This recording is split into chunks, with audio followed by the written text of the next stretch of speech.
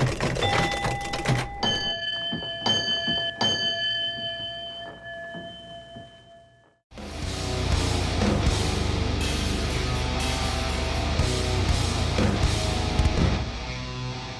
week's episode is sponsored by Helio Gas Detection.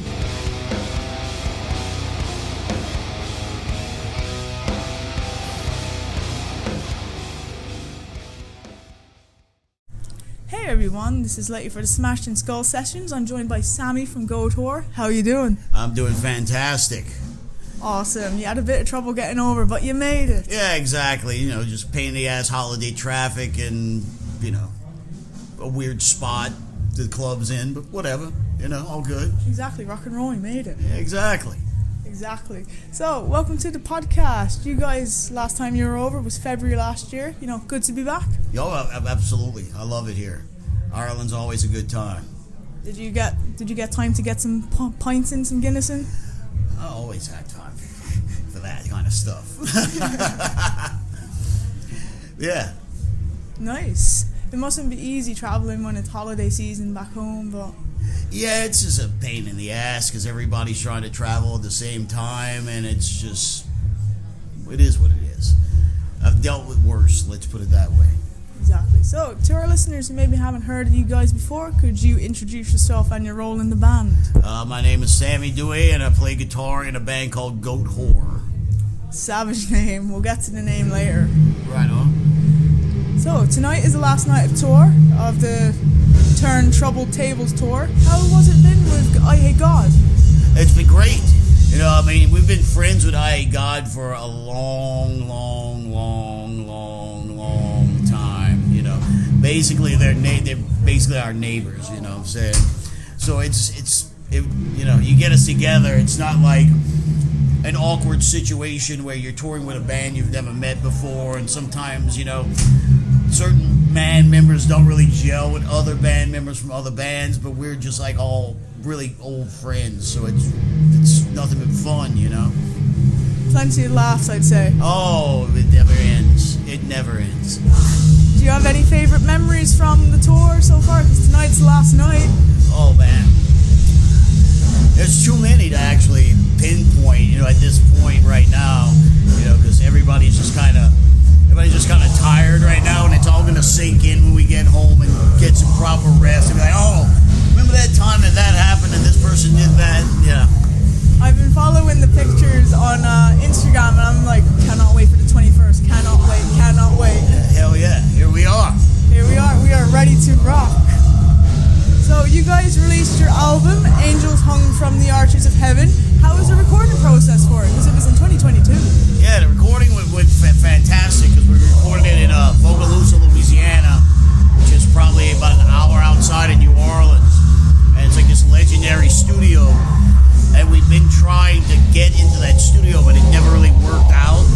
So when we saw the opportunity to do it, we totally took advantage of it. And the process went fantastic, you know, because the studio was made in like the 70s, and it hasn't changed. So if you walk in there, and it's like you're walking into the 70s, you know what I'm saying? Like it still smells like the 70s with the weird decor and all this stuff, and the wood paneling walls, and it's cool shit. It's a great studio. Total time warp. Yeah, it's good stuff. Do you have a favorite memory from recording the album? Oh, man.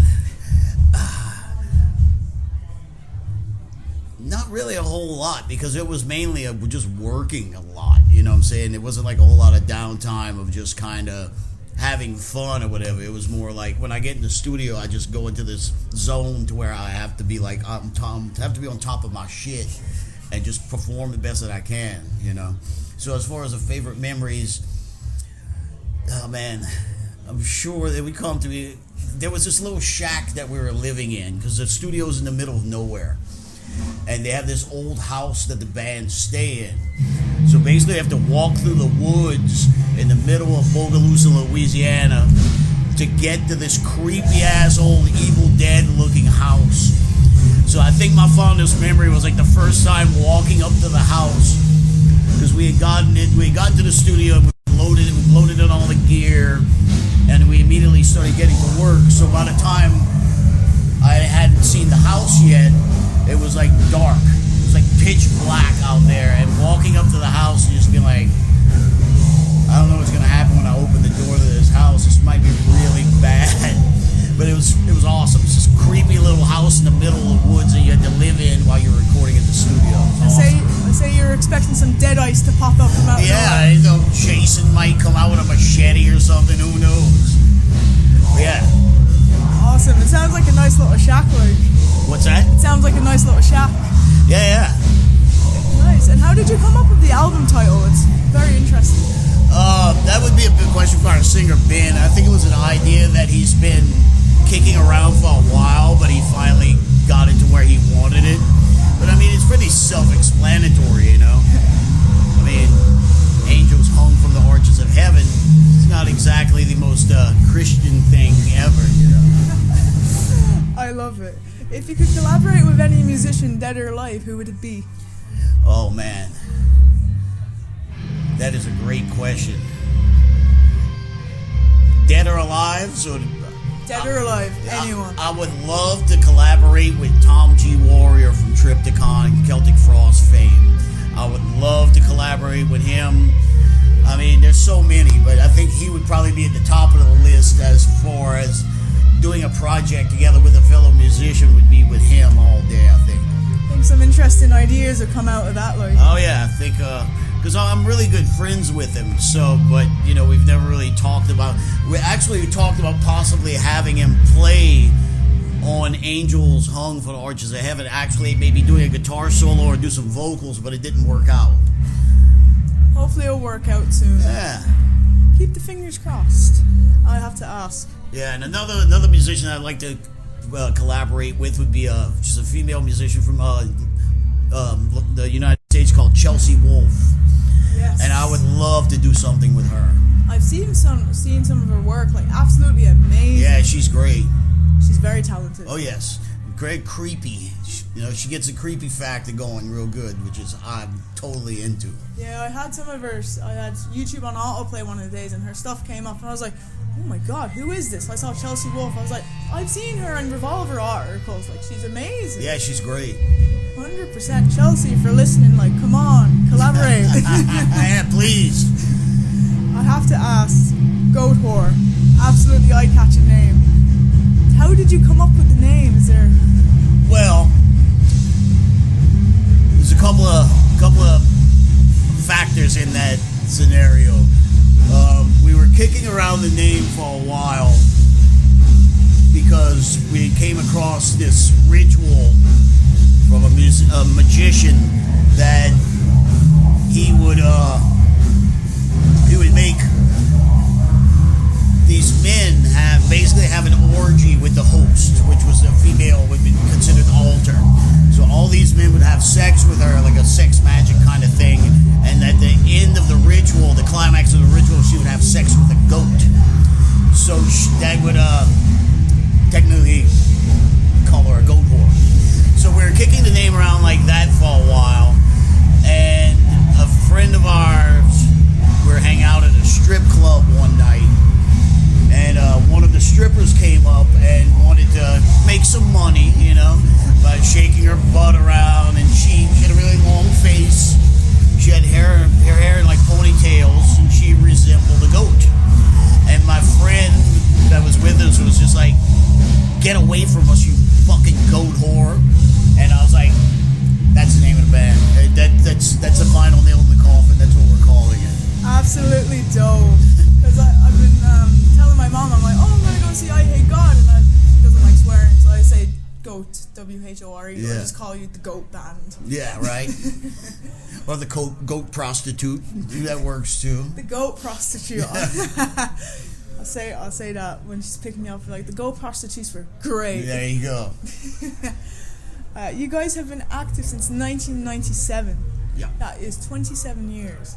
What do you think has attributed to you guys going for so long? Just the passion, and just it's still fun. You know what I'm saying? And we still have like a lot of ideas musically that we want to get out. You know, and that's basically it. It's still fun to do. And we still physically can do it. And you know, why not? What else is there to do?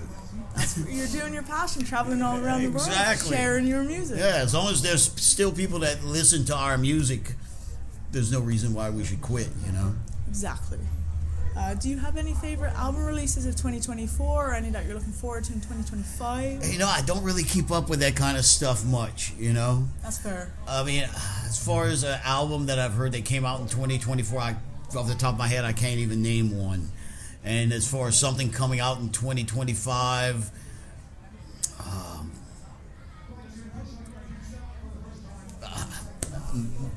I listen to stuff on a whim, you know. I don't really keep up with what's coming up. If somebody turns me on to something or I hear something that comes out that's new, I'm like, all right, I'll listen to it, you know. What have you been listening to lately then? What's been in your kind of mix? Oh, man. You know, just like the regular stuff, you know, like Bathory, Celtic Frost, Venom, Black Sabbath, all that stuff. He's lying his fucking ass off. Shut up. Fucking stupid motherfucker. See? That's why we're friends. But like as far as like more modern stuff, I would say there's a band from, I believe, from Poland called Cults des Ghouls that I really, really like. And I think they're kind of linked to another band that is called Death Like Mass. That's really good. I'm not sure where this band is from. I want to say they're from the UK, a band called Lucifer. That's really good stuff too that I've been listening to. But that's more of like the modern stuff that I've been listening to. As far as modern, maybe in the last 5 years, it's what I kind of consider modern, you know? That's a good mix of stuff. I like it. A little bit old, a little bit new. Yeah. And we're on to our last question. If you could give any advice to anyone wanting to start a band in 2024/2025, what would it be? Don't. No, I'm kidding. What I would say is don't rush it.